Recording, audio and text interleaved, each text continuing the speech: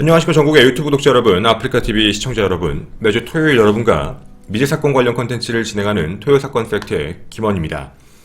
오늘 여러분과 함께 진행하게 될 사건은요, 그동안 우리가 진행했던 미제사건과는 조금 다른 점이 하나 있습니다.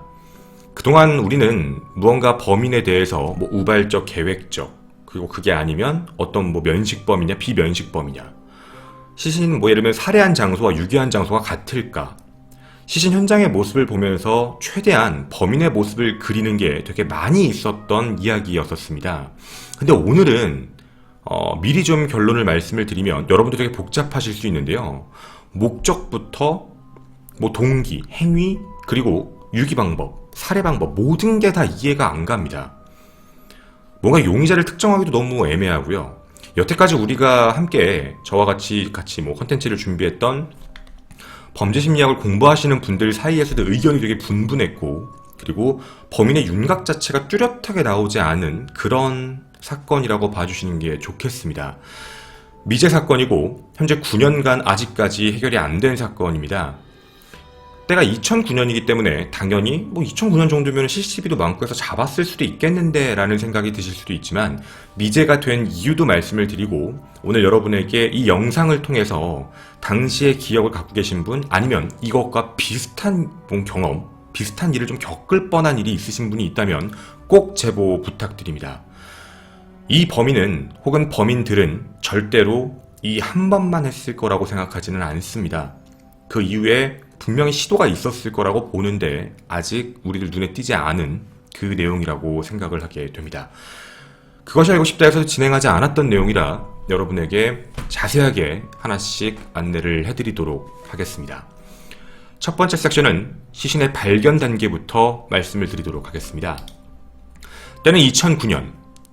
여러분이 2009년 초를 혹시 기억하시는지는 모르겠는데 당시 연쇄 실종 사건 및 살인 사건이 원래 하나 있었습니다. 경기 남부 지역을 중심으로 있던 굉장히 무서운 살인마 사건. 사이코패스 같은 사람의 전형적인 수법으로 아무렇지 않게 사람에게 다가가 납치 후 그리고 살해를 저질렀던 남자. 아마 거의 다 아실 겁니다. 강호순입니다. 강호순 사건이 끝나고 난 다음이었습니다. 이 범인이 체포가 된 뒤 아직 모든 사람들은 다 두려워하고 있었습니다. 우리들 주변에 저런 사람이 더 있지 않을까라는 두려움. 그리고 이때 당시에는 사이코패스라는 부분에 대해서 사람들에게 굉장히 많이 주목받기 시작하는 때였기도 했거든요. 무서워하고 그런 방송도 많이 나오고 있던 시기였습니다. 그런 그 시기에 또 하나의 이상한 사건이 발생됩니다. 2009년 2월 1일, 그날은 굉장히 추운 날이었는데 오늘 여러분과 함께 이야기할 곳은 청주와 대전을 이어주는 곳입니다. 이름 현도교라고 부르게 되는데 그곳을 흐르고 있는 신탄진동에 있는 금강변입니다. 그쪽에 있는 곳이죠. 바로 이곳입니다. 하나의 다리가 지나고 있고요. 그 다리가 지나는 곳에 함께 있는 것이다 라고 봐주시면 좋겠습니다. 대부분 이곳은 알려져 있는 데도 아니고요. 사람이 많은 데도 아닙니다. 말 그대로 청주와 대전을 이어주는 곳이기 때문에 지금은 조금 공원처럼 조성이 되어 있는 상태지만 2009년까지만 해도 풀숲도 우거져 있고 사람들이 많이 들어가지 않는 장소로 봐주시면 좋겠습니다.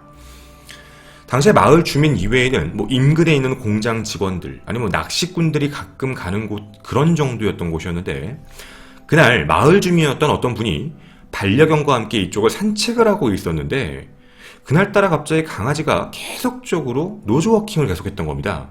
뭔가 계속 냄새를 맡으면서 뭔가 왔다 갔다 하고 불안한 모습을 보이다가 어느 순간 갑자기 어느 쪽으로 뛴 거죠. 강아지가 갑자기 뛰어서 강아지를 찾으러 어느 쪽으로 같이 들어간 곳이 바로 이쪽 풀숲이었습니다. 이 안으로 막 들어가 봤더니 거기서 정신없이 개가 두리번두리번거리고 있는 것까지 확인을 했던 거죠. 무언가 찾는 듯한 어떤 느낌이었다고 합니다. 그리고 그냥 강아지를 안에서 확인을 하게 되고 다시 강아지를 데리고 나오고 있는데 강아지가 한쪽을 자꾸 주시하며 몸을 뻗팅기고 있었고 주인도 뭔가 이상한 느낌 때문에 뭐지? 하고 그쪽을 딱 살펴보는 순간 눈앞에 끔찍한 장면을 하나 목격을 하게 됩니다. 바로 이 모습입니다. 당시에 보셨을 것으로 추측되는 딱 그 실제 사진입니다. 당시 목격자셨던 분이 하셨던 말을 그대로 말씀드리겠습니다. 빨간 양말이었나? 빨간 내복이었나? 하여튼 빨간 옷 같은 게 있었고 다시 이상해서 봤더니 사람 같은 느낌이었습니다.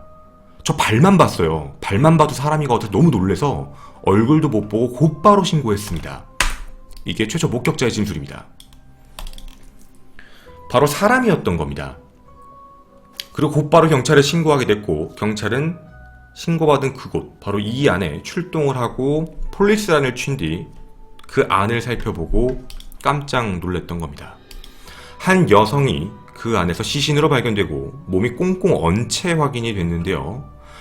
되게 평범한 모습이었습니다. 딱 한 가지만 빼고요. 머리에 비닐봉투 같은 걸 씌워져 있는 상태였습니다. 비닐봉지입니다. 그리고 그게 매듭이 쳐 있는 상태였고요. 바로 이것이 청주 비닐봉투 살인사건의 시작이었습니다. 자, 시신 모습에 대해서, 당시 상황에 대해서 먼저 안내를 해드리겠습니다. 사진부터 먼저 같이 보실 건데 당시 발견되었을 때의 모습입니다. 모자이크를 쳤습니다. 상반신이 벗겨져 있는 상태가 아니라 상반신에 옷을 입고 계신 거고요. 하반신도 옷을 입고 계신 상황입니다. 근데 몸은 이미 꽁꽁 언 상태, 돌아가신 지가 좀 됐다라는 거겠죠. 그리고 보시면 얼굴 쪽에 뭔가 검은 게 있을 텐데 저게 비닐봉투입니다. 조금 확대해서 보자면 이런 모습으로서 확인이 됐던 거죠. 검정색 비닐봉투입니다. 편의상 여러분이 보시는 문제 때문에 모자이크를 좀 한 점도 양해를 부탁드립니다. 그리고요, 겉 외상을 이제 확인해 보려고 했는데 옷 그리고 양말을 신고 있는, 방금 여기서 보셨겠지만 뭔가 흙이나 피 같은 게 전혀 묻어있지 않았습니다. 여기 약간 흙으로 구성되어 있기 때문에 충분히 흙도 묻을 수 있는데 말이죠. 흙도 없고 혈흔 존재도 아예 없는. 다만 시신은 되게 온전한 상태로 확인됐는데 왼쪽의 손등이 좀 긁히고 뭔가 살점에 파여있는 형태. 확인해봤더니 쥐 같은 동물이 갉아먹은 정도의 형태로만 확인이 됐습니다. 이것 빼고는 어떤 뼈가 부러졌다든가 어떠한 외상도 없이 그대로 확인이 됐던 거였죠. 그러니까 몸 자체에 외상이 없습니다. 그리고 누군가가 이렇게 목을 조르면, 예를 들면 손으로 하면 손자국이 남고 아니면 끈 같은 걸로 하면 끈 자국이 남아야 되는데 그런 흔적도 없이 그냥 사망한 상태로 확인됐던 거죠. 좀 눈에 띄었던 것 중에 하나는 단추였습니다. 바지 단추가 벗겨져 있는 상태, 그러니까 빠져 있는 상태였던 거죠. 단추가 끊어져 있는 상태 정도만 조금 특이한, 그렇게 현장은 발견이 되게 됩니다. 그리고 바로 여기 사건 현장 당시 사진입니다. 지금하고는 좀 많이 다른 모습이라고 봐주시면 좋겠습니다. 자, 여기까지가 일단 시신의 모습까지 안내를 해드렸습니다. 그리고 우리는 이제 신원하고 사인도 한 번 더 알아보도록 하겠습니다. 당시 경찰은 즉각적으로 수사를 시작했고, 그리고 거만이의 결과를 따져놓고 봤을 땐 이런 이야기가 나오게 됩니다. 청주시 무슨 동에 살고 있는 57살 이모씨로 밝혀지게 되는데 사인은 경부압박 질식사입니다. 여러분, 근데 이게 이상하죠? 경부압박 질식사인데 없습니다. 이게 없다는 게 되게 이상한 사건인 겁니다. 첫 번째, 여러분 또 기억하셔야 될 문제입니다. 사망 추정 시각에 대해서 확인을 해봤는데 사망 추정 시간은 1월 18일 아침 8시에서 아침 9시 사이로 나옵니다. 시신이 2월 1일날 발견됐으니까 거의 2주 전에 사망했다라고 보고 있는 거죠. 그리고 신원을 조사하다가 경찰들은 깜짝 놀랄만한 일이 하나 확인하게 됩니다. 1월 21일 실종된 지 3일 됐다라고 하며 한 여성의 실종사건, 가출 사건이 접수가 된 걸 확인했던 겁니다. 1월 18일날 실종됐습니다. 집에 돌아오지 않아요. 바로 57살 이모씨, 바로 이분이십니다. 1월 18일날 일자리에서 잘 마치고 집에 돌아오다가 3일간까지 연락이 없다가 결국에는 실종신고, 즉 가출신고가 먼저 됐던 거고, 그리고 그 이상의 수사가 없다가 시신으로 2월 1일날 발견이 됐던 거였죠. 자, 우리가 조금 여기서 생각해 볼 게 몇 개 있습니다.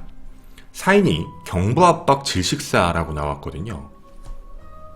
이게 왜 이상하냐면 경부압박 질식사라는 건 목을 졸라서 죽였다는 건데 이게 생각보다 압력이 꽤 셉니다. 그래서 뭔가 자국이라는 게 남아야 되는데요. 이렇게 꽉 눌러서 손으로 사람을 죽게 되면 그럼 손자국이 남다든가 끈 같은 걸로 이렇게 목을 교살시켜서 나오는 그 끈자국, 그런 게 나와야 되는데 그런 게 아무것도 없는데 경부압박 질식사로 사망을 했다. 이유는 딱 하나밖에 없습니다. 목을 꽉 누른 게 아니고요. 목을 살짝, 정말 자국이 안 남을 만큼 살짝 누른 상태에서 서서히 죽어간 겁니다. 꼭 기억을 하셔야 될 게 꽉 눌렀을 때 나오는 자국이 아니라 서서히 사람을 죽여갔다라고 보는 게 가장 정확한 겁니다. 오직 머리에 씌운 그 비닐봉지 가지고 죽였을까라는 추측이 됩니다. 매듭을 묶어놔서 그것 때문에 사망했나? 매듭을 묶고 공기를 빠져나가지 못하게 해서 사망을 시켰나? 뭐 이런 생각이 드는 거였습니다. 근데 이게 왜 이상하냐면 사람을 급격하게 죽여도 마찬가지지만 천천히 사람을 죽이게 되면 사람도 점점점 자신이 죽어간다는 걸 알고 답답함을 느끼며 몸을 움직인다든가 아니면 누군가를 잡는다던가 반항은이라는 게 나오는 게 정상적입니다. 반항은이 아무것도 없습니다. 아까도 말씀드렸지만 몸은 굉장히 깨끗했거든요. 손톱 DNA까지 전부 조사합니다. 왜냐면 누군가 목을 조르거나 하면 누군가 잡았을 때 나오는 것까지 DNA를 전부 다 조사를 했지만 어떤 것도 확인이 안 됐던 거죠. 반항은이 제로입니다. 그리고 누군가 교살을 할 때도요, 교살 자국이 일자로 깨끗하게 나오는 경우는 대부분 의식이 없는 상태에서 죽였다라고 합니다. 근데 의식이 있는 사람을 죽이게 되면 이게 계속 움직인, 자살을 하더라도 마찬가지인데 사람이 몸을 바둥바둥거리거나 움직이면서 나오는 흔적들이 나오는 게 정상적이거든요. 아무것도 없는 겁니다. 당연히 경찰도 처음에 생각을 했던 건 이게 약품이나 약물이나 음주 같은 걸 해가지고 사람을 이렇게 뭔가 기절 같은 걸 시킨 뒤 죽인 게 아닐까? 라고 생각을 했습니다. 없습니다. 약품, 약물, 알코올 어떤 반응도 안 나옵니다. 2주가 지났기 때문에 정말 나올까요? 라고 할 수는 있겠지만 시신이 이미 언 상태로 확인이 됐고 부패가 많이 진행되지 않은 상태였기 때문에 충분히 조사할 수 있었습니다. 근데 내부에 어떤 것도 나오지 않았습니다. 그리고 시신 현장에 대한 이야기를 해보면 조금 이상한 게 하나 있었습니다. 자, 여러분들 아까 시신 모습을 봤을 때 느끼셨는지는 모르겠는데 신발이 없습니다. 신발이 없다는 건 이곳에서 사망을 했다라고 보기가 어렵습니다. 초창기 경찰은 이것만 딱 보고 나서 이거 자살이네 라고 초창기에 판단했다고 합니다. 조금 성급하게 생각을 했던 거죠. 자살이라고 판단했던 이유도 있었습니다. 당시에 피해자가 2천만 원 빚이 있었으니까 그래서 독촉을 받은 정황조에서 사망했다 라고 이야기를 처음에 했던 거죠. 그런데 2천만 원이라는 건 사람들마다 뭐 금액적인 차이에 부담감을 느끼는 게 달라서 어떻게 얘기할 수는 없지만 유족들은 그거에 대해서 반발하기 시작합니다. 우리가 돈이 없는 것도 아니고 2천만 원 때문에 굳이 사람이 사망할 정도까지? 우리가 도와줄 수도 있는데 왜 사망해요? 라는 이야기로 말이 바뀌었던 거죠. 유족이 굉장히 세게 반발을 하기 시작하고 의문점을 제시하자 경찰들도 태도를 바꾸기 시작합니다. 일단 제일 많이 나왔던 의문점, 신발이 없다. 그리고 하나 더, 겨울인데 외투가 없었습니다. 그리고 외투는 주변에서 확인이 안 됐거든요. 그리고 소지품도 어떤 것도 확인이 안 됩니다. 보여진 이 모습 그대로만 확인됐거든요. 그럼 어떤 사람이 자살하겠다고 맨발로, 정확히 양말만 신고 이 안에 들어와서 봉투로 얼굴을 가린 뒤 그 다음에 사망을 했다라고 보기에는 너무 정황이 앞뒤가 안 맞았던 겁니다. 그리고 한 가지 더 증거물이 나오게 됩니다. 부검을 하다 나온 건데 바로 옷 속에서 하나 나옵니다. 옷이 입혀진 상태셨는데 옷 안에 가슴 부분 쪽에서 남성의 체액이 하나 확인이 됩니다. 그리고 경찰은 곧바로 DNA까지 확보를 하게 됐습니다. 자, 사망 추정 시간까지도 확인됐고 가출 시간까지도 확인이 됐습니다. 마지막까지 행적이 확인된 시간이 1월 18일 새벽이었고 그리고 사망 추정 시간은 8시에서 9시 사이 정도, 당일날 1시간 사이에 사망을 하신 겁니다. 그리고 2주 뒤에서야 확인이 되었고요. 당시에 이 피해자분이 발견된 곳은 실종된 장소로부터 약 20km가 떨어져 있는 아까 말씀드린 다리였던 겁니다. 다리 근처였던 거죠. 되게 사건이 이상하게 진행이 된 부분이었습니다. 확실한 건 독극물 같은 걸로 한 게 없었으니까 그 무리의 추론은 딱 한 가지입니다. 여기서 사망하지 않았고 누군가 살해를 했고 남자다. 왜냐면 체액이 나왔으니까. 그리고 하나 더, 신발이 없고 소지품이 없었다는 건 살해 장소와 유기 장소가 분명히 달랐다는 겁니다. 그럼 살해 장소는 어디였을까요? 다른 장소에서 살해를 한 뒤 이곳으로 이동했다라는 부분으로 하는 게 가장 높은 확률입니다. 그런데 계속적으로 생각이 드는 것 중에는 어떻게 반항은이 아무것도 없었을까 합니다. 뭔가 성범죄와 관련되어 있는 뭔가가 있는 것 같기는 한데 사람의 약품에 대한 것도 어떤 것도 없는데 반항을 하지 않았다. 대부분 반항을 하지 않은, 특히 저항은이 잘 안 나오는 경우가 어떨 때냐면 힘의 불균형이라고 부릅니다. 힘의 균형이 맞지 않을 때, 뭐 예를 들면 어른이 아이한테 한다든가, 어른이 뭐 예를 들면 노인한테 한다든가, 아니면 성인이면은 약물이나 아니면 음주 상태일 때, 무의식 상태일 때가 대부분 힘의 불균형 상태에서 이런 일이 벌어지게 되는데, 이거는 손을 결박을 했다고 해도 결박흔이 나오는 게 정상입니다. 누군가 나를 죽일 때도요. 제가 손을 이렇게 잡아서 누군가 묶어놓고서 만약에 서서히 죽여간다고 해도 이걸 풀으려고 하다 보면 당연히 여기에 반항은이 나오는 게 맞거든요. 반항은의 종류는 정말 여러 가지인 겁니다.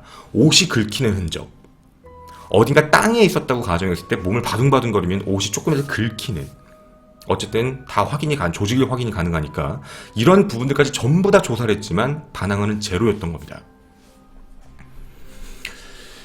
그리고 한 가지 더 큰 문제가 있습니다.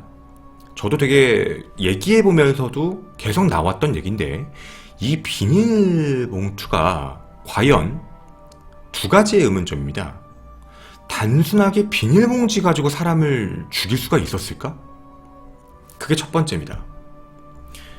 피해자의 얼굴에서 부검 결과에 안면울혈이라는 증상이 나타납니다. 안면울혈이라는 게 뭐냐면, 자, 사람을 급격하게 뭘 확 졸라 죽이면 그렇게 여기에 자국이 남게 되고 그렇게 해서 금방 사망에 이르는데, 조금만 누른 상태로 지속이 되면 사람의 얼굴에 피가 몰리게 됩니다. 뻘개진 상태 있죠. 그 상태에서 사망하게 되면 안면울혈 상태가 됩니다. 완전히 피가 뭉친 거죠. 누가 봐도 정말 서서히 죽어간 겁니다. 정말 서서히. 그러니까 지속적으로 목에 대해서 압박을 가해놓고 서서히 사람을 죽였다라는 건데, 이게 죽이고 나서 봉지를 씌운 건지 아니면 봉지를 씌우고서 죽인 건지도 정말 애매한 겁니다. 아직까지도 확답이 안 나오는 문제죠. 정말 비닐봉지 가지고 이거 하나 졸랐다고 사람이 서서히 죽어갈 수 있을까?에 대한 문제가 하나, 아니면 따로 죽이고 나서 이렇게 한 거 아닐까? 의식이 있는데, 의식이 있고 약물이 없는 사람인데 반항은 없이 이럴 수도 있을까? 되게 여러 가지의 문제였던 거죠. 그리고 경찰의 수사 결과 비닐봉지에는 어떠한 지문도 안 나왔습니다. 최근 몸에서 발견이 됐는데 지문이 발견되지 않았다는 것도 되게 신기한 겁니다.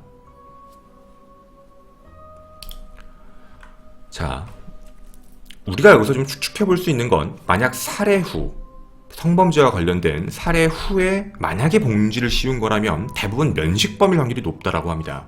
그 사람의 얼굴을 보고 싶지 않아서 사망한 상태니까 그럴 때 많이 한다고 하는데, 이 형태는 지금 전인지 후인지도 판단이 아예 안 됐던 거죠. 그리고 당시 초동수사를 잘못하고 난 다음에 미제사건 전담팀이 이걸 붙었을 때 또 다른 것까지 확인을 해보게 됩니다.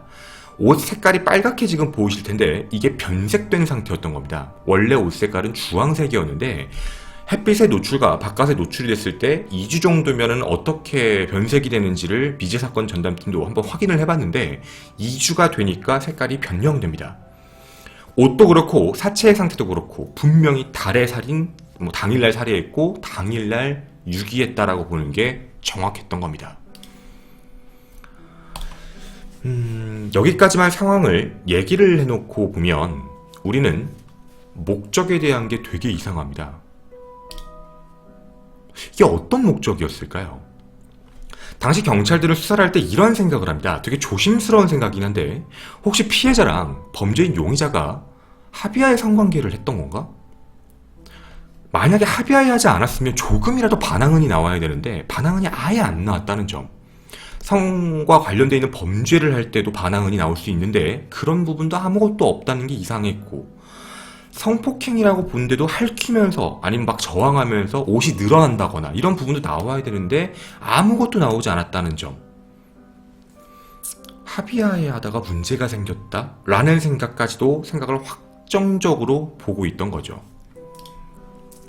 폭행을 가한 것도 없고 흉기를 쓴 것도 없고 목을 조른 흔적도 없던 것. 혹시 면식범일 확률이 높지 않을까? 그렇게 추측했던 겁니다. 면식범이기 때문에 이런 데서 반항하지 않은 게 아닐까? 이런 생각했던 거죠. 근데 경찰은 당시에 면식범이니까 반항하지 않았다라고 생각할 수도 있는데 범죄 통계에 대한 조사를 살펴보면 반항이 없는 성범죄도 있습니다. 대부분은 흉기 가지고 위협을 하면서, 흉기를 실제로 쓴 건 아닌데 위협을 하면서 따르지 않으면 문제가 생기게 만든다면 대부분 반항은 없이도 성범죄와 관련된 현상들이 나타나기도 합니다. 그래서 이걸 무조건 이 형태만 보고 면식범이라고 얘기하기는 조금 어려운 문제이기도 했죠. 어찌 되었든 납치한 공간에서, 그리고 어느 공간에서 일을 지르고 그 이후에 유기를 했다라고 보고 그게 1시간 이내에 발생했다고 보는 게 더 합리적입니다. 꼭 면식범이라고 얘기할 필요는 없을 수도 있다는 거죠. 자, 이제부터 여러분에겐 제가 피해자의 행적에 대해서 말씀을 드리도록 하겠습니다. 지금부터 말씀드리는 행적은 CCTV가 있었고 CCTV로 확인된 거기 때문에 전부 사실입니다. 피해자의 행적입니다. 청주시 흥덕구의 가경동에 있는 한 대형마트, 여러분이 아시는 밤늦게까지 하는 그 큰 마트들을 생각하시면 되겠습니다. 그 마트에서 근무했던 이모씨, 야간 미화원으로 일하셨습니다. 그게 어떤 시스템이냐면 폐점을 하고 난 다음에 10시쯤에 출근을 하게 되고 폐점이 딱 12시 끝나고 나면 사람들이 아무도 없을 때 그 안에서 청소를 하시는 분들입니다. 그리고 다음날 새벽 5시가 퇴근이고요. 총 5시간 정도를 일하시는, 6시간 정도 일하시게 되어 있고 5시에 퇴근을 한 뒤, 그 다음에 이 마트에서 4km 떨어져 있는 집, 본인의 집에 가셔서 이제 쉬시고 그렇게 했던 일이셨습니다. 5시에 일이 끝나면 차가 없었기 때문에 매일 아침 6시가 첫 차여서요. 5시에 끝나면 좀 잠을 붙이거나 아니면 거기에 있는 미화원분들과 야식을 먹는다든가 이런저런 이야기를 하다가 6시에 차를 타시고 집에 오시는 게 늘상 하시던 일이셨습니다. 이 씨가 이 마트에서 마지막으로 확인된 날짜가 1월 18일입니다. 실종 당일, 사망 추정일로 알고 있는 바로 그날이죠. 그날도 버스 도착하기 전 5시 50분에 마트에서 나가는 게 마트 CCTV에서 확인이 됐습니다. 마트 CCTV 내에 나가시는 옷, 의상도 똑같았습니다. 그 다음입니다. 또 하나의 증거가 나오게 되는데요. 버스 정류장입니다. 당시 있던 실제 버스 정류장인데 바로 이곳입니다. 버스 정류장으로 버스를 타러 가는 모습까지 CCTV에 촬영이 다 됩니다. 지금부터 여러분과 그 실제 CCTV를 함께 보도록 하겠습니다. 공수해온 CCTV입니다. 함께 보겠습니다. 이 영상에 함께 집중해 주시면 좋겠습니다. 시간은 5시 50분이 좀 넘어서 53분 정도를 가리키고 있는 상황입니다. 자, 이쪽 화면에서 보시게 될 겁니다. 피해자인 이 씨는 당시 이 길을 건너며 아까 보여드렸던 그 버스 정류장을 향해 가고 있었습니다. 첫 번째 차니까 말이죠. 첫 차를 타기 위해 기다렸던 겁니다. 그리고 시간이 지난 뒤 여기에 타러 가셨던 거였죠. 그런데요, 여기서부터 여러분이 하나 주목하셔야 될 부분이 있습니다. 여기에 지금 불빛이 들어오는 차 한 대입니다. 차가 한 대 들어옵니다. 그리고 이 차의 위치에 대해서 하나 말씀을 드리면 바로 이곳에 차를 정차시킵니다. 그리고 약 3분 정도 여기서 가만히 있습니다. 약 3분입니다. 그리고 여기서 계속 기다리고 계신 상태였고요. 시간은 3분 정도라고 보시는 게 좋겠습니다. 정장 앞에서 계속 지켜보고 있는 거죠. 그리고 3분이 지난 뒤 차가 움직입니다. 그리고 이 차는 지금 이모 씨의 앞으로 서서히 차량을 움직이고 등이 들어오죠? 그리고 브레이크를 밟습니다. 그리고요, 한 남자가 내립니다. 남자일지 아닐지 모르겠지만 한 사람이 이곳에서 내리는 게 확인이 됩니다. 그리고 다가갑니다. 한 10초 정도 무언가 말을 하는 듯이 보이고 다시 타게 되고요. 그리고 이 씨도 이 차량에 함께 탑승을 합니다. 그렇게 사라지게 됩니다. 자, 조금만 정확하게 정리를 조금 해드리자면 마트에서 버스를 타기 위해서 이동을 했고 그리고 얼마 안 있다가 어떤 차가 왔고 그 차를 타고 함께 가신 겁니다. 즉 그날 마지막으로 확인된 건 어떤 차량에 탑승했다 정도까지 확인이 됐던 겁니다. 근데 이 사건과 관련돼서 많은 분들은 저 차량이 뭐냐, 저 차량을 잡으면 된다, 번호판이 뭐냐 이런 얘기를 많이 하셨는데요. 문제는 2009년 당시 CCTV가 보시다시피 화질이 너무 안 좋은 상태였습니다. 번호판 식별 자체가 불가능했고 다만 차량이 뭐다 정도까지만 확인이 됐던 겁니다. 어떤 차량이다 정도까지만. 검정색 트라제 XG 차량이라고 예상을 하고 있는데 그런 부분을 저희가 지금 얘기를 하고 싶은 게 아니라 지금 저 차량의 행적에 대한 부분이 중요합니다. 이 CCTV에 대해서 제가 잠깐 말씀을 드리면 이 전 CCTV에서는 사거리에 우측 방향의 차량이 대기하고 있습니다. 대기하고 있다가 좀 움찔움찔 핸들이 약간 움직였다가 차량이 이렇게 움찔움찔하는 장면이 한번 나오고 그 시기에 이모 씨가 횡단보도를 이렇게 건너면서 그쪽으로 가는 방향, 즉 아까 보셨던 버스 정령 쪽으로 가는 방향을 확인합니다. 그리고 차량이 옆쪽으로 움직여서 좌회전 신호를 받고 돌아 들어오는 겁니다. 근데 좌회전 신호를 받고 돌아 들어와서 그 앞에서 약 3분 정도 정차를 합니다. 그리고 앞에 가서 내린 뒤 얘기를 하고 태워서 같이 가거든요. 첫 번째, 면식범일까요? 아는 사람일까가 중요했습니다. 왜냐면 아는 사람이라는 전제 조건을 깔면 미리 약속을 했다면 기다릴 필요도 없고요. 눈앞에 이미 차가 와 있는 상태여서 나 도착했으니까 빨리 타. 되게 추운 날이었거든요. 새벽이었고. 그렇게 얘기를 하면 되는데 지켜보다가 갔다라는 걸 봤을 때는 어쩌면 피해자는 그 차량에 대해서 아는 사람은 아니었을 확률이 높다라는 생각입니다. 일단 첫 번째는. 그리고 한 가지 확실한 건 피해자는 자신이 버스를 타기 위해서 버스 정류장으로 갔다. 애초부터 목적 자체는 버스 정류장을 가는 거였지 목적이 어떤 차를 타는 게 약속이 돼 있던 사람이라고 보기는 너무 어려웠던 겁니다. 그런데 차가 나타나서 마치 기다렸다는 듯이 확인하고 나타나서 한쪽에 3분 정도 바로 눈앞에 있거든요. 대기를 하고 있다가 움직였다라는 부분입니다. 그 차량 안에서는 뭘 하고 있었을까요? 만약에 전화 같은 관계, 면식범이어서 전화 같은 관계였으면 벌써 얘기를 했겠죠. 그리고 전화 기록내고서 나왔을 거고 그런 거면 더 잡기가 쉬웠을 텐데 그런 부분이 전혀 없던 겁니다. 근데 좀 이상한 건 비면식범이라고 보기에도 아이러니컬한 건 왜 차를 탔냐는 겁니다. 차에서 내렸고 낯선 사람이 와서 저 태워드릴게요 라고 한다고 그 차를 탄다는 것도 되게 이상하거든요. 제가 왜 처음에 여러분에게 강호순에 대한 이야기를 했었냐면 강호순이 저런 부분을 굉장히 잘했던 사람이었죠. 모르는 사람에 가서 호위동승에 대한 이야기를 하게 되고 그리고 사람들이 호위동승을 하다가 일이 터졌던. 근데 이것도 과연 호위동승적으로 살펴봐야 되나? 그렇게 생각을 하는 게 맞을까? 아니면 면식범이라고 보기에는 행동 자체가 그렇게 매끄럽진 않은데 이 차량에서 10초 정도를 얘기하고 같이 탄 뒤 움직인 방향은 정말 피해자의 집 방향입니다. 피해자의 집 방향, 노충동 방향으로 가는 게 6시 3분에 확인됩니다. 그리고 버스는 6시 5분에 도착합니다. 즉 6시 3분에 그 차를 타고 함께 모충동 방향으로 이동을 하게 됐던 거죠. 그리고 17분 뒤입니다. 탑승한 17분 뒤인 새벽 6시 20분 핸드폰이 꺼집니다. 피해자 핸드폰이 꺼지고 그렇게 행방불명이 되고 2주가 지난 뒤 2월 1일 아까 보여드린 이곳에서 싸늘한 시신으로 발견된 겁니다. 당시에 남편도 똑같이 얘기를 했습니다. 남편이 좀 신고를 늦게 한 이유가 뭐였냐면 둘이 사이가 좀 안 좋았는데 남편은 처음 친정으로 간 줄 알았다라고 생각을 했다고 합니다. 근데 3일이 지나도 뭔가 연락이 없어서 이상하다 싶어서 2일차 밤에 처남들한테 전화를 해봤는데 온 적이 없다.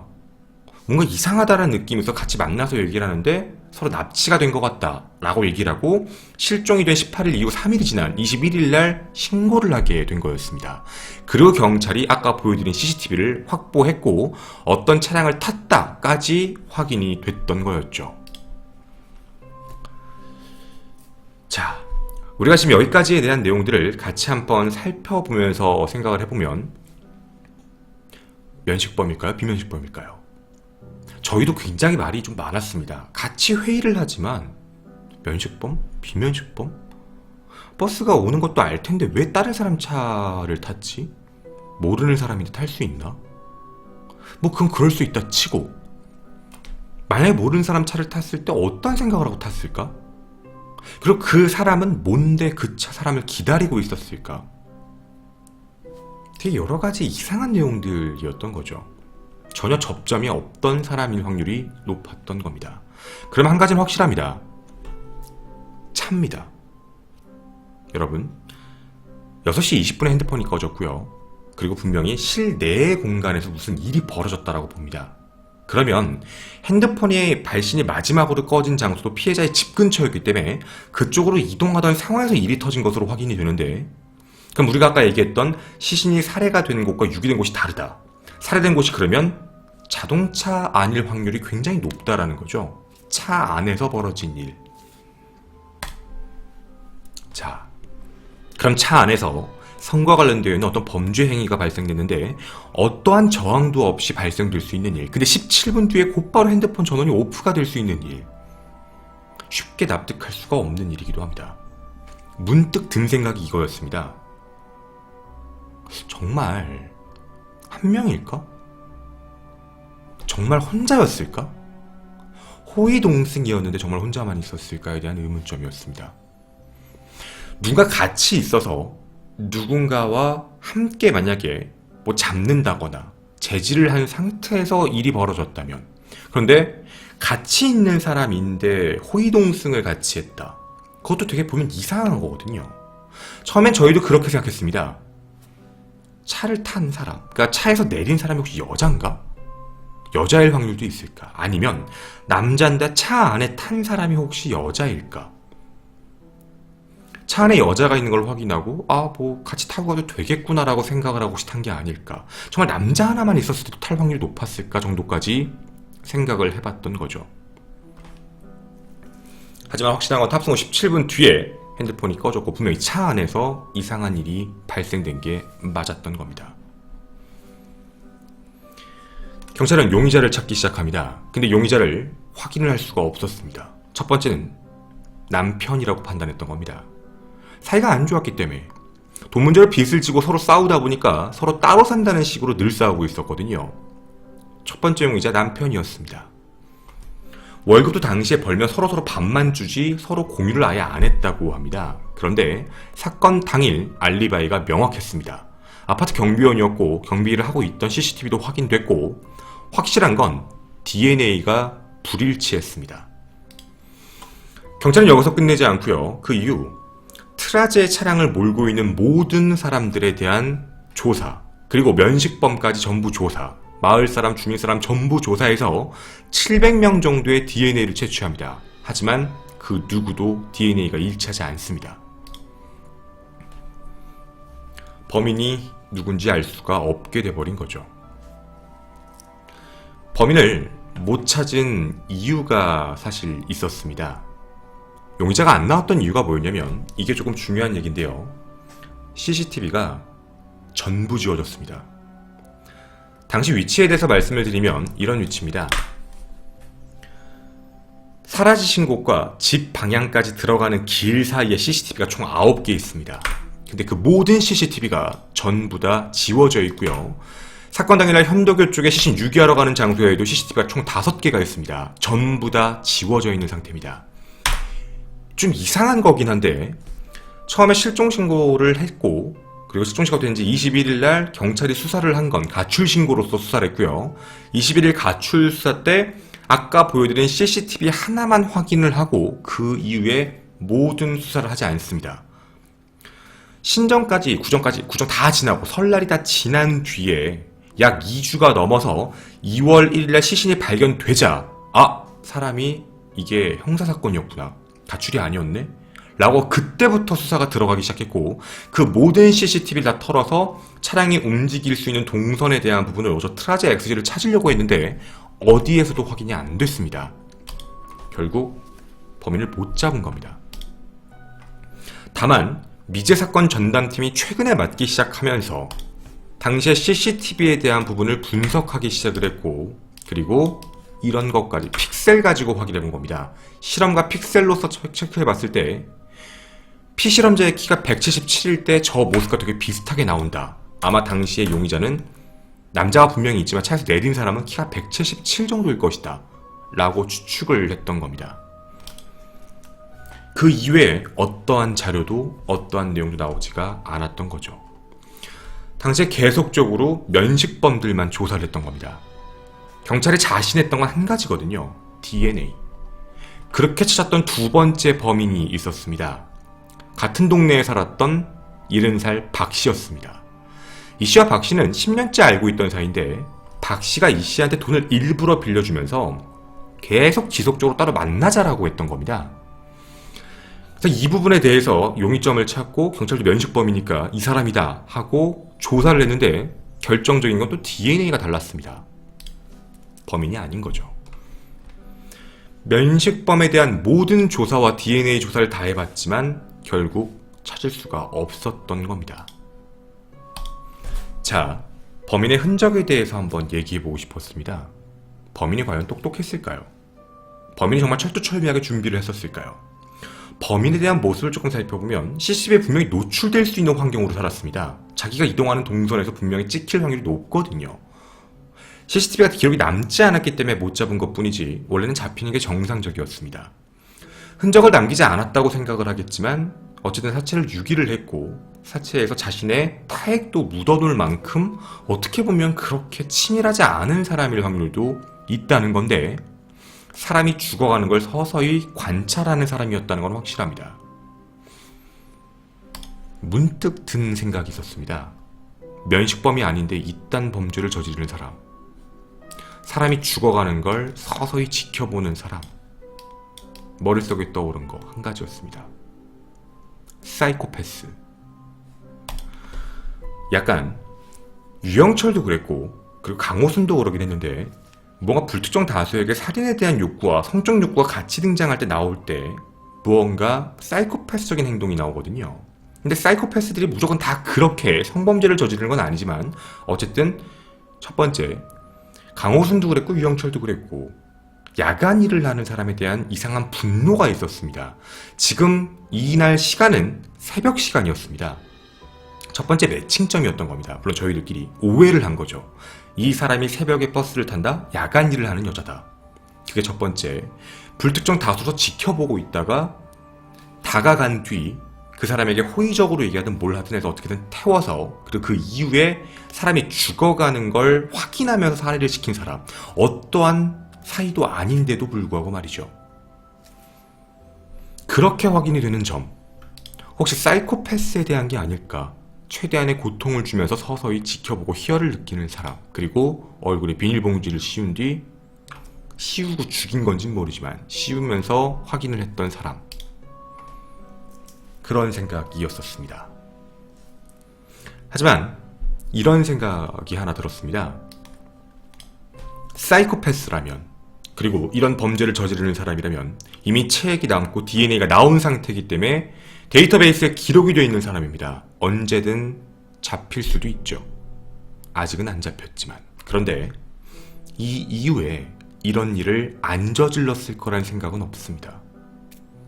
분명히 이게 사이코패스틱한 범죄였다면 이거와 비슷한 행동들을 몇 번씩 시도를 했을 수도 있다라는 생각은 분명히 듭니다. 제가 오늘 여러분에게 이 컨텐츠를 말씀을 드리는 이유는 범인의 윤곽을 잡는 게 굉장히 복잡합니다. 뚜렷하지가 않거든요. 아직도 미스테리한 게 많이 남아있습니다. 물론 뒷이야기에서 몇 번씩 말씀을 드리겠지만 여러분에게 꼭 한 가지를 묻고 싶어 이 컨텐츠를 진행했습니다. 1999년, 2002년 사이에 출시된 GLS 이상 차량의 검은색 트라제 XG 차량에 혹은 트라제 XG 차량에 나도 이런 비슷한 일 누가 같이 차를 태워줄게 라고 얘기했던 기억이 있으신 분들 2009년 전후 상관없습니다. 2009년 이후도 상관없고 내가 길을 가고 있는데 트라제 XG 같은 차량이 나한테 와서 나 한번 태워준다고 했는데 나 안 탄 적이 있어요 라고 하신 분들이 분명히 있을 거라고 생각이 듭니다. 호위동승을 예를 들어서 했다고 가정했을 때 면식범에서 체크가 안 되면 비면식범이라는 전제조건 하에 몇 번씩 시도를 했을 거라고 보고 근데 그 중에 한 번, 이번에 이 사건이 터졌던 게 아닐까라는 생각이 드는 겁니다.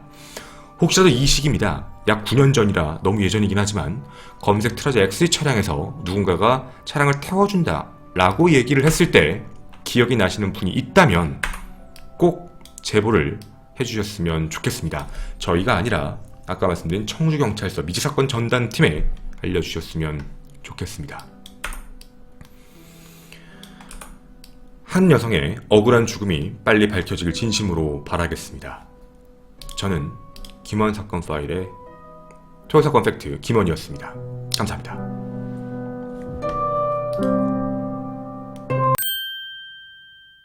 반복적으로 보는 이유 중에 하나는 약간 이런 거였어. 3분을 왜 기다렸을까?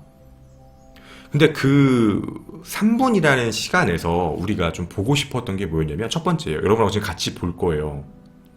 뭘 볼 거냐면 지금 내가 아까 빠르게 지나가게 했잖아. 버스 지나갔나? 이거. 그러니까 버스가 지나갔을까? 그 사이에 같이 한번 봐봐요. 여기다 차를 세우고요. 빠르게 이제 지나갈 거예요.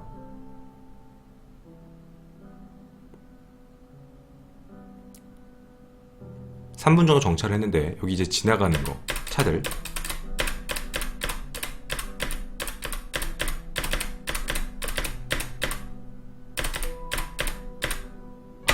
저희가 이걸 왜 생각했냐면 3분 동안 사람이 없어지는 걸 기다렸나? 라는 생각이에요. 그러니까 주변에 누가 있어가지고 혹시 그 사람들이 없어지는 걸 기다렸나? 근데 그렇게 되면 그 사람들이 차를 타고 갔겠죠. 그러니까 그 차를 타고 갔으면 사람 없네 하고 갔을 텐데 버스를 기다리는 사람들이 몇 명이 있었는지는 모르겠지만 어쨌든 모르겠지만 지금 현재 상황에 보시면 버스 저쪽에서 누굴 태웠다라는 건 본 건 아무것도 없잖아요. 상황 자체를 보면. 그러면 3분 동안 누가 기다렸나? 사람들이 사라지는 걸 기다렸나? 그 3분 동안 그게 아니면 왜 쳐다보고 있었지?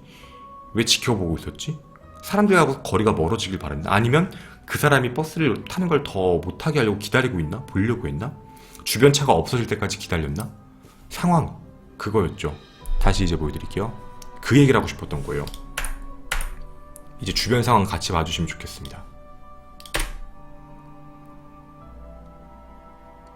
차들이 있고 차들도 왔다 갔다 하고 있고 차들이 여기 이 차 있죠. 이 차도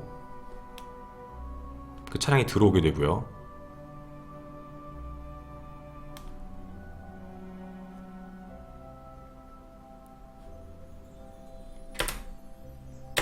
(3분) 정도입니다. 근데 보시다시피 차량들이 계속 왔다 갔다 하기는 해요. 지속적으로 계속. 그리고 딱 이 시기예요. 그러니까 도로에 사람 없는 거.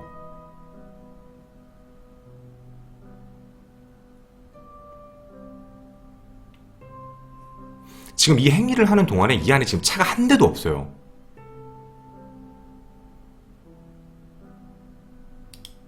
그래서 든 생각은 그거였어요. 이거 3분 기다린 게 차 없어지는 거를 기다렸나? 라고 생각을 한 거예요. 그러니까 물론 이건 저희들끼리의 추론이에요. 이거 밖에서 그렇게 얘기를 안 해요.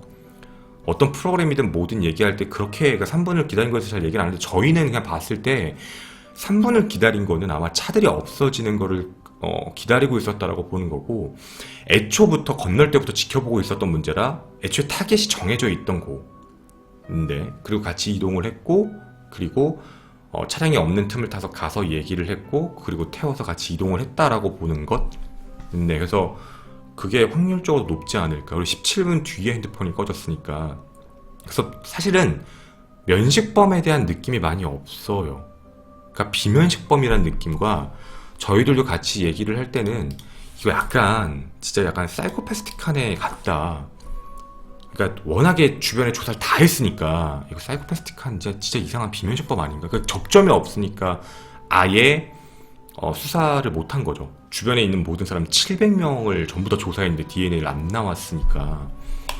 그러니까 참 뭔가 아이러니컬하고, 저희도 계속 여러분한테 말씀드리고 싶었던 건 과연 차 안에 혼자 있었을까에 대한 문제였죠. 차 안에 혼자 있었을까? 그러니까 차를 앞에 타는지 뒤에 타는지 참 보면 좋은데 그것도 보이진 않아요. 저 확률 저기에서 보면. 근데 화질이 너무 안 좋아서 만약에 뭐 앞에 탔다 뒤에 탔다의 차이도 여러 가지 있을 수 있는데, 어찌되었든 정황상으로만 봤을 때는 네, 정말 남자 혼자 와서 타실래요 한다고 탔을까에 대한 부분과 안에 다른 사람들이 거의 있지 않았을까에 대한 생각도, 여자가 있지 않았었을까? 뭐 이런 거. 네, 전 그렇게 생각이 듭니다. 개인적으로는요. 네. 그러니까 사실 좀 비난을 하고 싶은 게 아니라, 이 사건은 초동 경찰 분들이 좀 잘못 접근했어요. 처음에 가출 신고 들어오고 나서 CCTV를 땄잖아요. CCTV를 땄으면 차를 타고 없어졌잖아. 근데 그걸 그냥 가출이라고 생각하고 둬버린 거예요. 그거를 빨리 해서 그 차량 이동 동선 따가지고 그때 당시에 이제 9대 CCTV를 조사했으면 그 차량에 대한 거 가서 조사를 했을 때 그걸 안 한 거예요. 아예. 그걸 했었어야 되는데. 그래서 그걸 안 했고 2주가 지나서 시신이 발견되니까 이거 일 커졌네? 형사사건이잖아요. 그래서 그때 돼서야 동선 방향에 있는 CCTV를 조사를 해봤는데 이미 다 지워져 버린 상태였던 거죠. 그래서 이건 초동수사가 잘못된 거예요. 아예. 안 나와버린 거니까. 그래서 그때 당시에는 문제가 있었죠. 왜냐면 가출 신고가 됐잖아요. 가출 신고가 돼서 CCTV를 확인을 했고 어떤 차를 탔다라고 했으면 가출이어도 그 차가 어느 쪽으로 이동했다는 것도 확인을 했었어야 되는데 그 이후에 수사를 안 한 거예요. 그래서 그가 그냥 넘어갔죠. 그때 그 일이 그냥 넘어가서 2주가 지나버리고 2월 1일 시신 발견되니까 그때서야 조사가 들어갔던 건데, 경찰도 되게 자신 있었던 건 한 가지였던 거예요. 뭐냐면 DNA가 있으니까, DNA 나왔으니까 됐다. DNA 있는데 뭐 어때? 이거 그냥 뭐 면식범 같은데 딱 봐도, 왜냐면 딱 봐도 모르는 사람 차는 안 탔겠지. 면식범이겠지? 면식범 조사 다 하면 아마 DNA 대조하면 나올 거야. 했잖아요. 안 나온 거예요. 그러니까 숨어버린 거예요. 그래서 답이 없었던 거죠. 그러니까 이거는, 그래서 제가 아까도 여러분한테 그 트라제도 보여드리면서 말씀을 드린 게, 한 번만 했을 거라고 절대 생각 들진 않아요. 한 번 딱 했는데 한 번에 어떤 사람이 그 차를 탔을 확률은 정말 적거든요. 그건 되게 쉽지 않잖아요, 사실. 그러니까 앞만 봐도 이거는 몇 번씩 시도를 했을 거라고 봐요. 이 검은색 트라제 X 차량을 타고 지나가는 사람한테 우리 본 적 있지 않아요? 대부분 제일 많이 하는 방법이래요. 그러니까 사이코패스들이 많이 하는 방법인데, 상대방이 먼저 얘기하게. 차 타세요. 절대 안 타요. 누가 타요, 그러면? 됐어요. 뭐야? 누구세요? 이게 처음에 뭔가 조금 비면식범인데, 비면식을 면식처럼 만드는 방법 중에 하나가, 이런 거지. 그래서, 우리 어서 보지 않았어요? 이게 첫 번째 대화로 많이 하는 방법 중에 하나래요. 어서 많이 보지 않았나? 근데 지금 이분 같은 경우에는 이제 마트에서 일을 하시니까, 저 마트에서 봤나? 마트에서 봤네. 이런 거. 맞아. 그때 물건 구매할 때 뵌 거 같아. 아닌가? 그때 뭐 밤늦게 뵀나? 뭐 이런 거 있잖아요. 그러니까 상대방이 먼저 말을 하게 하는 거예요. 원래 상대방이 그럼 먼저 말을 하거든. 그러니까 상대방이 되게 좀 친근하게 다가오면, 그러다 보면은 그러다가 근데 날씨도 추운데 왜 여기 있어요? 뭐 이런 거 있잖아요. 날씨 추운데 왜 여기 있죠? 그러면 뭐 집에 가는 버스 기다리고 있어요. 올려면 멀었는데 뭐 가는 방향 같으면 같이 가요. 뭐 안 타도 되고, 이런 식이에요. 제가 지금 말씀드린 게 강호순이 많이 하는 방법 중에 하나였어요. 뭐 안 타도 되고, 무서우면. 이거 진짜 많이 쓰는 얘기래요. 이거 왜 그런지 아시죠, 이 말? 그러니까 이게 뭐냐면, 상대방으로 하면 경계심을 많이 낮추게 하는 걸 자기가 먼저 얘기를 해버리는 거예요. 일부러. 그래서 그냥 추측하건대, 만약 이런 식으로 어떤 남자가 이런 식으로 접근했다면 나이대도 분명히, 이게 57이셨으니까 아마 나이대도 좀 비슷한 거나 좀 더 많았을 거고, 그렇지 않았을까라고 생각을 하는 거예요. 네. 그러니까 그런 식이에요. 그러니까 어떤 스타일이냐면, 대화 화법 자체가 상대방이 먼저 얘기를 하게 하고 친근하게 만든 다음에 거절 절대 못하게 하는 방법. 그러니까 되게 많이 쓴대요, 그런 방식을. 그렇게 하면 그렇구나 라고 생각을 하는 거. 그러니까 이게 사람의 경계심을 금방 없애는 방법이거든요. 그러니까 되게 많이 쓰는 거래요. 그러니까 여러분들 이거 조심하셔야 되는 거예요, 사실. 제가 사이코패스 특집을 준비하고 있긴 한데, 웬만하면 모르는 사람 당연히 차를 안 타죠. 다들 우린 그렇게 생각해요. 아, 모르는 사람 차를 어떻게 타. 근데 그게 그 정말 경계심을 허무는 화법을 써버리면 안 타면 좀 뭔가 미안하고 내가 그 사람을 나쁘게 본다는 인식을 주는 것 같은, 그러니까 어떤 느낌? 그러니까 그렇게 만드는 거예요. 뭐 이렇게 보지 않았어요? 경계심 허물고 같은 방향인데 그럼 같이 갈래요? 아니면 차 타실래요? 뭐 타기 싫으면 말고 내가 해코지할 것 같으면 안 타는 거고 뭐 이런 거 있잖아요. 내가 뭐 나쁜 놈 같으면 안 타도 돼. 뭐 이런 식으로 얘기하면 상대방이 예를 들면은 내가 만약에 안 타면 이 사람을 내가 그런 나쁜 사람으로 보이게 하는구나. 내가 그러니까 그 사람을 어떤 얘기인지 아시죠? 그 얘기. 그러니까 되게 심리적으로 장난치는 거예요, 이거. 그러니까 이거는 혹시 그럴 확률이 있어서 그러지 않았었을까라고 생각을 하는 거예요. 그래서 저 말이 정답이에요. 그러니까 의심하면 자기가 이상한 사람 되게 하는 거. 그러니까 내가 저 사람을 나쁘게 평가해서 나쁜 사람이 만들게 되는 것처럼 하는 거, 그런 거죠. 그러니까 그런 식으로 말을 많이 한대요. 절대로 그냥 탈래요? 이런 얘기 절대 안 한대요. 하면 안 되지. 그렇게 하면 누가 타. 그러니까 이 사건은 그러니까 저희도 아까 봤던 그 3분이라는 시간도 그렇지만 기회를 엿보고 있다가 했다라고 생각을 해요. 저희는요. 우리도 회의하잖아. 범죄심리학 같이 막 다들 공부하고 같이 회의하잖아요. 우리 진짜 그 얘기까지 했어요. 이거 진짜 강호순 따라했나? 모방범죄인가? 아니 앞만 봐도 너무 비슷하게 움직이니까 이거 너무 이상해서 어떻게 이렇게 뭔가 좀 비슷한 느낌이 좀 많이 나서 이게 이상한데. 왜냐면 DNA가 검출됐는데 데이터베이스에서 안 나왔다는 건 그 전에는 범죄를 안 저질렀다는 얘긴데, 이런 형사범죄를 저지른 적이 없다는 얘긴데, 그런 걸 보면 좀 뭔가 이상하잖아요. 그러니까 강호순 느낌이 나요. 되게 강호순에 대한 거와 되게 뭔가 흡사한, 진짜로. 그러니까 그게 되게 이상했다라고 말씀을 드리는 게 맞는 것 같아요. 나도 그게 이상하긴 해요. 그러니까 어떤 식으로 갔는지는 모르겠지만.